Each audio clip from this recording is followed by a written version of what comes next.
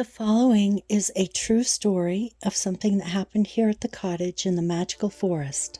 The rain had just stopped falling when my car skidded off the muddy mountain road. The storm had transformed the narrow, winding path into a treacherous ribbon of muck, and the tires lost their grip on a particularly sharp turn.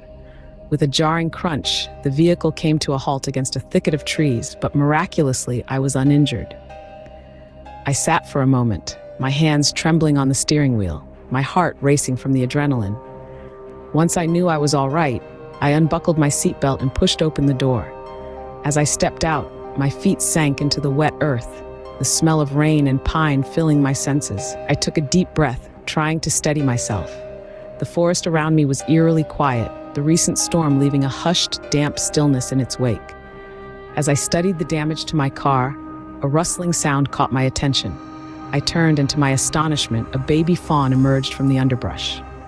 The fawn was tiny, with its delicate legs and large, expressive eyes that seemed to radiate innocence and curiosity. It took a few tentative steps toward me, stopping just a few feet away. My breath caught in my throat as I watched the creature, feeling a mystical connection to it.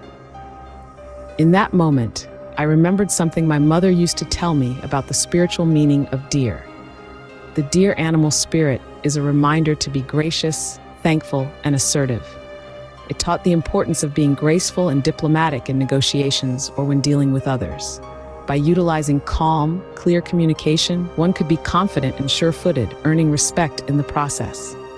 The baby fawn, standing before me with such fragile grace, seemed to embody these traits in their purest, most nascent form. I felt a wave of calm wash over me. The panic and frustration I'd felt moments before began to dissipate. As I knelt down, careful not to startle the fawn, I whispered, "Thank you." The words felt right, as if I were acknowledging a deeper truth the forest and its inhabitants had shared with me. I realized that I needed to approach my life with the same calmness and clarity. My recent struggles, both personal and professional, had left me feeling unsteady and unsure. But this encounter reminded me to move with grace and diplomacy, to communicate clearly and confidently. The fawn blinked at me, its ears twitching.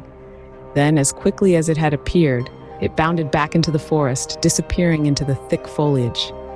I watched it go, a sense of peace settling over me. I stood up, feeling more grounded than I had in a long time.